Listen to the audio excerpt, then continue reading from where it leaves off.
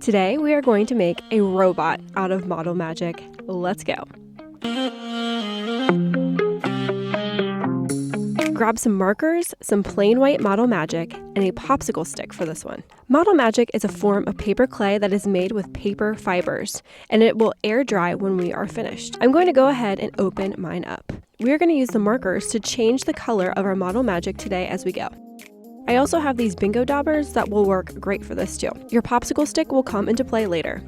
Let's start by breaking off a piece of our clay with our fingers for our robot's body. Leave plenty of clay for the rest of your robot.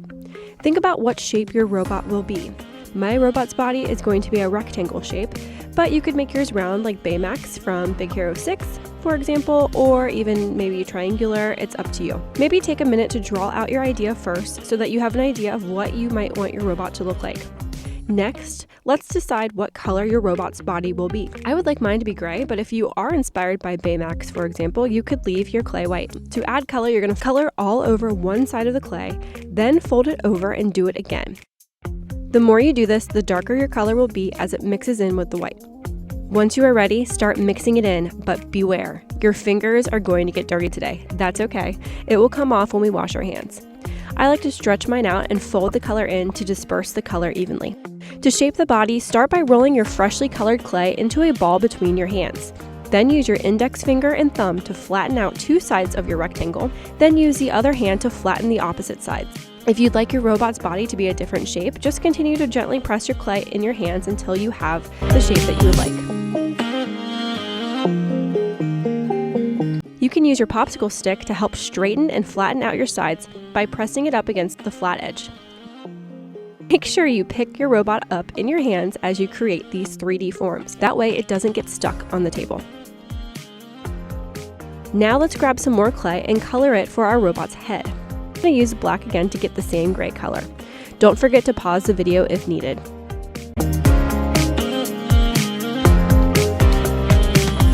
I'm thinking a square shape for my robot's head. Let's roll it into a ball again and form it just like we did the body. Don't forget, you can choose a different color and a different shape if you'd like. We are making a sculpture that is in the round. That means it should have a front, a back, and two sides that you can view from any angle.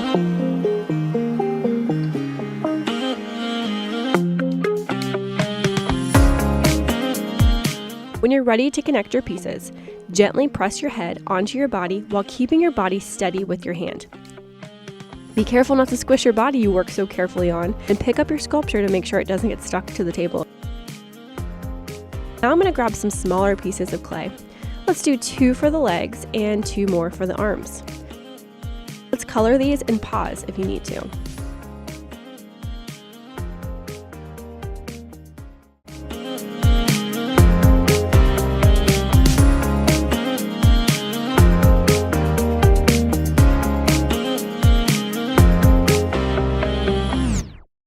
Alright, now that my pieces are colored, I'm going to make some small square legs.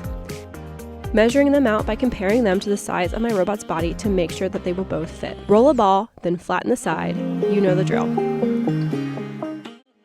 Check out how cool these swirls are in my clay since I didn't quite mix the color in all the way. That is a cool accident. I love when that happens. Speaking of accidents, if you do make a mistake, just roll with it.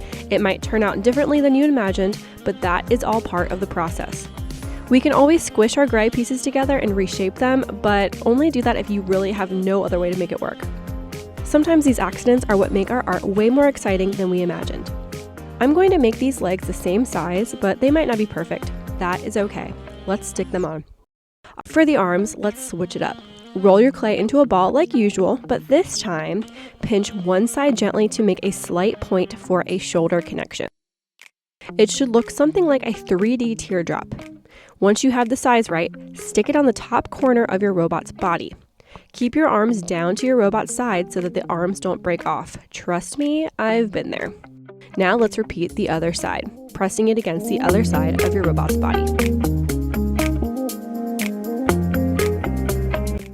Alright, now it's time for some little details. I'm going to add some small antenna with more gray, but you could add hair, a hat, it's up to you. Make sure these appendages are small. If they stick out too much, they might break off later. I am really pressing this into the top here to make sure that it stays. It's not quite perfect, but that's what makes him unique. I got some extra gray here. How about some feet? Or maybe some buttons? On second thought, let's move one of those down a little. What would you add? Now let's bring this guy to life with some eyes. Use your finger to roll a tiny little ball in your hand with some of your white. Now let's press it down flat. Add a pupil with your marker. Let's make a different color this time. I want my robot to have a screen on his tummy. Let's roll it out with our marker like a rolling pin. Then cut the sides with your popsicle stick.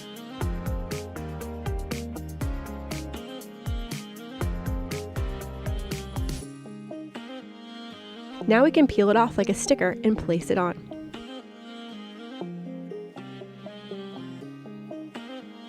How about a mouth? I can do the same thing. Let's try with yellow this time. Take your time here. Your mouth will show your robot's personality. My robot looks very serious. Maybe you would rather draw your mouth with a thin marker, or you could roll out a line to make a smile. You could also add some pink circles for rosy cheeks. Those are just some ideas. Let's add one more item to mine. I am going to take some pink clay, and I wonder if you can guess what I'm making. Let's pinch one side like we did before, but this time, let's create an indent to the other side with our popsicle stick. That's right, I made a heart. Now my robot has feelings. What do you think my robot feels? What does he love? Okay, I think my robot is finished. What do you think? I'm going to carefully pick him up and let him dry for a couple days just to make sure he is nice and hard. Then I might paint over him with some gloss medium to make him shiny and a little less fragile. Then all I need to do is give him a name. What do you think his name is? I can't wait to see what you guys create. Love, your cozy art teacher.